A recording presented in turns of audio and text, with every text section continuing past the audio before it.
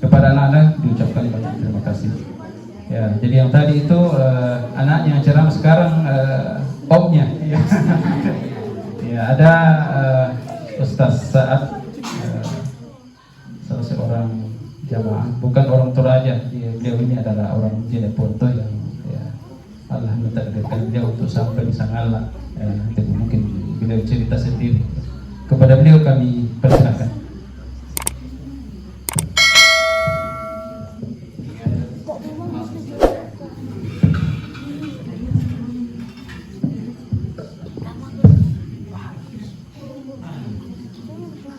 Assalamualaikum warahmatullahi wabarakatuh.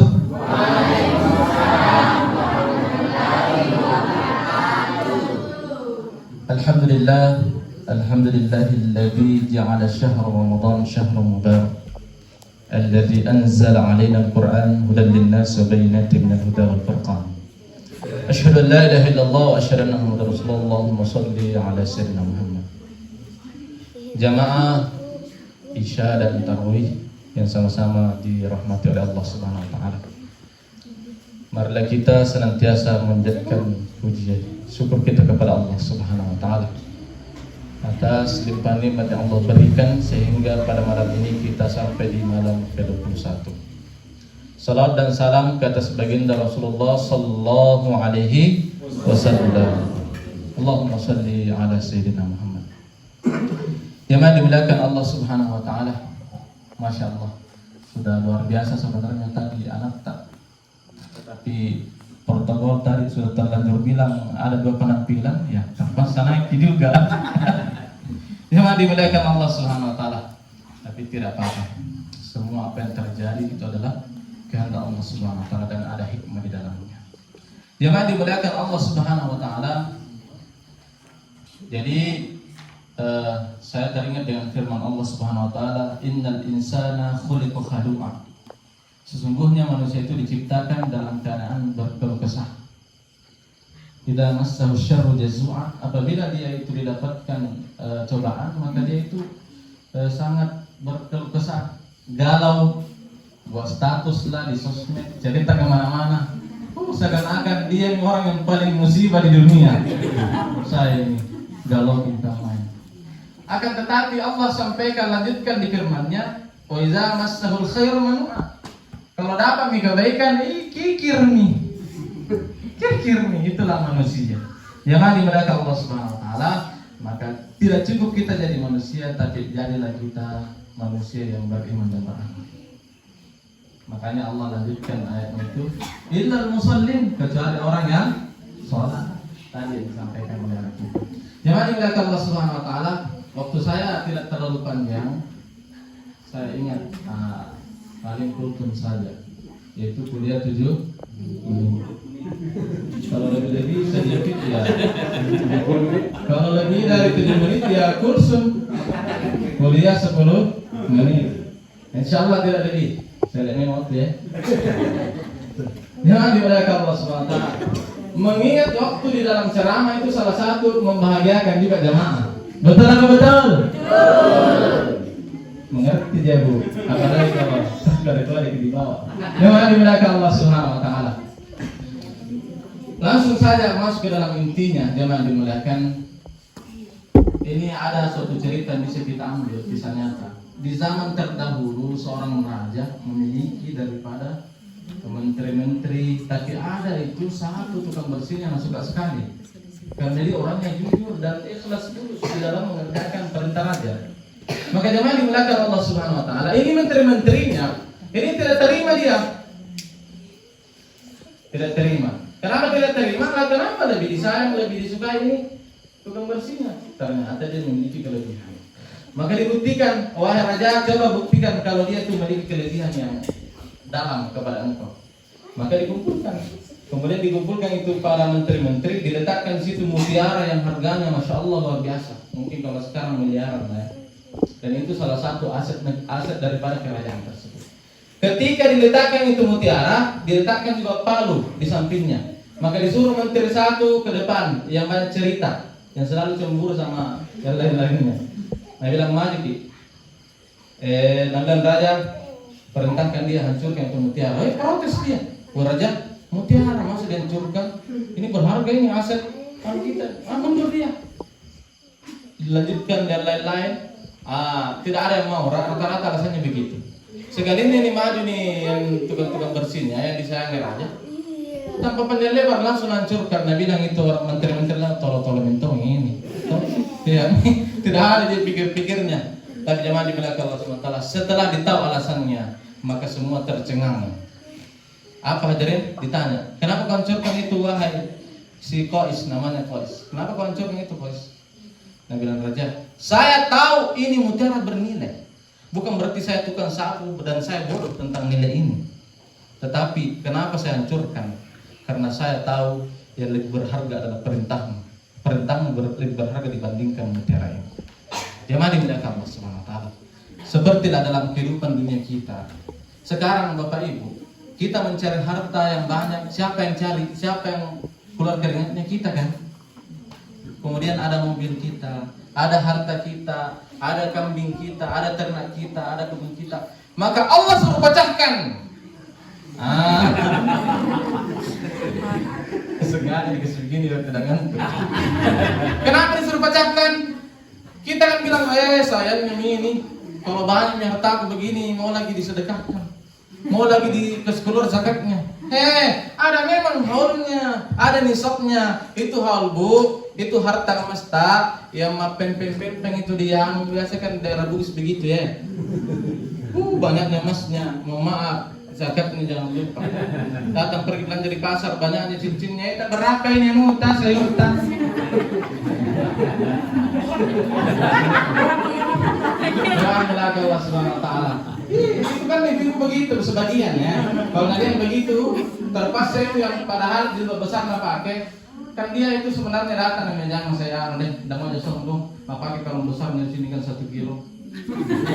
Tapi karena ada kancingnya begitu tadi, terpaksa nak buka juga jilbab angkat naik. Tas 10.000 jika apa gitu sayur. Jangan belakang. Ada juga di sampingnya tidak mau kalah. Dia itu masih penting itu. Kalau di luar dia itu seluruh giginya itu emas semua. Langsung bilang, murah juga bawa 10.000. Biar 20.000. Jangan di belakang Allah Subhanahu Wa Taala. Tetapi Bapak Ibu, mungkin ini agak lucu ya, tetapi pelajaran kita ambil dulu. Kalau mau terjaga harta, tak keluarkan zakat. Ya. Apalagi ini sekarang nih, jangan cuma zakat fitrah. Kebanyakan orang yang zakat fitrah saja, 2,5 kilo. Tidak apa-apa, tapi harus dikeluarkan juga. Cuma ingat gitu harta yang kumpul-kumpul itu di ATM. Ingat gitu yang ada di rumah emas 1 kilo, 2 kilo. Nah itu kalau tidak salah itu 45 gram sudah ada itu seharusnya dikeluarkan. Ya makanya kita tanyakan lagi. Tidak usah dijelaskan di sini tambah lama itu. Waktu saya sudah 5 menit. 5 menit. Jangan dibilangkan Allah SWT, berarti tinggal 2 menit ini. Kalau tidak kutambah 3. Jangan dibilangkan Allah SWT. Jadi itu Bapak Ibu, keluarkan zakat. Keluarkan zakat. Kemudian zakat fitrah Ibu. Bagaimana orang bilang, kalau tidak ada dimakan, apa mau? Tidak ada orang sekarang tidak ada makan. Itu 2,5 liter. Kalau memang tidak ada yang dimakan di rumah, tidak simpan-simpan, tadi. Masalahnya sekarang biasa orang tidak ada orang di dompetnya, tapi ada di ATM. Itu yang biasa menghalang. Jangan di belakang Allah SWT. Jadi ibu yang ada emasnya, bapak yang ada kambingnya, siapa dalam ini? Keluarkan berapa ekor. Ada kambing, ada sapi, ada kerbau, keluarkan zakatnya. Tidak usah kasih saya nanti dibilang sebentar ustaz mau terima di masjid. Jangan di belakang Allah SWT. Yang terakhir, jangan di belakang yang terakhir tentang pengorbanan. Ada hubungan dengan bisa dengan anak kita untuk masuk pesantren, ada hubungan dengan waktu yang kita korbankan untuk agama. Allah SWT firman dalam Al-Quran, "In tansurullah, tolonglah agama Allah. Yansurkum, maka Allah akan tolong kamu." Ini perumpamannya seperti ini hadirin. Lanjut lagi kisahnya tadi Qais yang tukang sapu. Singkat cerita ini Qais, dia cinta sama anaknya raja, anak satu-satunya perempuan. Ketahuan lagi, alasan menteri. Nah bilang, ada nih alasanku keluar dari kerajaan. Dilapor, ternyata betul dia cinta, maka diusir dari kerajaan daripada ini Qais. Maka dimulakan Allah SWT, ini Laila karena saking begitu dalamnya cintanya sampai lubuk hati. Hari dimulakan Allah SWT, maka dia katakan, wahai ayahandaku, kalau Qais tidak saya lihat satu hari, meskipun dia dalam keadaan menyapu, maka mulai hari ini saya tidak mau makan dan minum. Cek dalamnya cintanya. Yang ada dimulakan Allah SWT, begitulah. Dan Qais karena dia cuma kasihan itu, Qais dia cuma susuruh, ya pergi dari musuh. Padahal ini Qais dia siap berkorban untuk Laila. Karena dia Laila ini sudah sakit, sekitar tidak mau makan, tidak mau minum, tidak ada obatnya yang paling mujarab kecuali memandang wajahnya Qais. Hari mulakan Allah Subhanahu wa taala. Maka singkat cerita kisah kita bilang raja, Cece, kalau tidak ku cari nih Qais mati anakku, tidak ada penerusku. Tidak ada penerusku, saya kalau mati siapa menami? Tidak ada, tidak bisa ambil menantu. Bagaimana caranya mau ambil menantu? Nah, tidak ada anaknya. Mau pulang bini mertuanya mudik, padahal belum menikah. Yang dimudahkan Allah Subhanahu wa taala. Itu dia. Hadirin, ketika sakit kami maka raja ini tidak mau cari Qais, tetap mau cari calon menantu yang siap berkorban untuk tadi si Laila. Jemaah dimudahkan Allah Subhanahu wa taala, maka dikumpulkan seluruh pemuda di pasar, diumumkan siapa yang siap jadi menantunya raja, maka dia akan dijadikan raja dengan syarat ada pengorbanannya. Datang semua itu di pasar, tanya itu pengawal, siapa yang siap menantunya raja yang atas nama Qais. Ini Qais juga dicari, tetap namanya Qais. Datang tukang bakso, saya Qais. Mengaku dia tukang bakso. Nah, tukang bakso ini Ustaz tukang bakso. Bertanya juga, datang, saya Qais. Datang juga itu, pokoknya datang semua situ. Semua yang bekerja, yang mau jadi menantunya raja. Siapa tidak mau menantunya raja? Sekali ini jemaah di belakang Allah SWT berkumpul di depan istana semua. Maka Nabi bilang sekarang mau dites. Mau dites yang siap betul-betul menjadi menantunya raja. Nabi bilang bagaimana caranya? Nabi bilang caranya itu naik ke situ di menara tertinggi berlompat turun. Bukan itu mau jadi menantu. Itu namanya jadi camat, calon mati. Kenapa dari menara mau disuruh lompat turun? Pasti satu ayo mundur itu. Tukang bakso, Nabi bilang tidak jadi, bukan saya Qais namaku. Penjadikan juga pulang nih, pulang nih. Penjaga toko juga petani pulang nih semua. Ternyata ada Qais yang asli. Nabi bilang berani kau lompat ke atas di situ Qais. Nabi bilang jangan kayak itu, melewati lautan api. Apalagi kalau lompat di menara, demi kekasihku Laila saya rela. Tapi kemati kau itu. Nabi bilang itu kerajaan itulah dompet mintong ya Qais. Bodok mintong itu. Yang itu masih namun dirinya. Maka hari belakang Allah SWT Qais betul-betul naik. Langsung ditanya lagi, mau betul kau lompat? Iya betul. Yang hari belakang Allah SWT karena semangat yang menggebu-gebu. Itu namanya cinta. Memang seperti itu. Tidak harus memiliki, tapi ada rela berkorban. Itu namanya cinta, betul. Ada dalam kitab mengatakan bahwa namanya mata tidak bisa dibohongkan ketika memandang seseorang, laki-laki kepada perempuan atau perempuan kepada laki-laki. Itu ketika dia cinta, dia suka, itu murni dari Allah Ta'ala.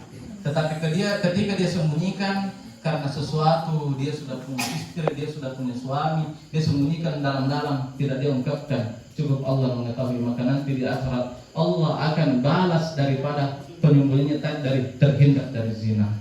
Jemaah di belakang Allah SWT. Jadi kembali kepada kisah tadi, naik lompat betul. Betul asli ternyata ini. Bukan cinta tipu-tipu. Betul lompat hadirin. Baru nih mau lompat itu, langsung keluar gabus yang besar, balong yang besar. Nah bilang semua itu tukang bakso, kurang ngajar, coba ku tahu saya potong dia. Jemaah di belakang Allah SWT.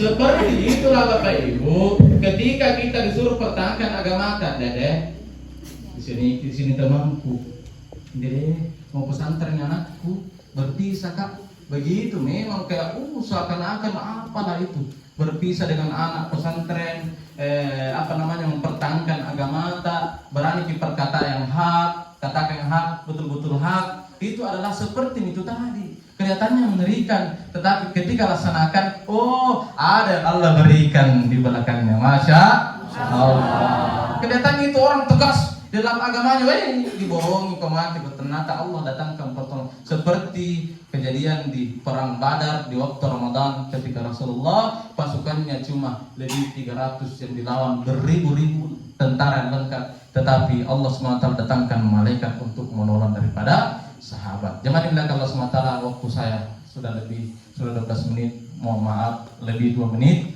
Jadi kita ambil pelajaran apa tadi? Yang pertama, keluarkan zakat kita, pecahkan itu harta kita untuk cinta kepada Allah, dan buktikan kecintaan kita kepada Allah dengan pengorbanan yang betul-betul totalitas, tidak setengah-tengah. Siap semua insyaallah.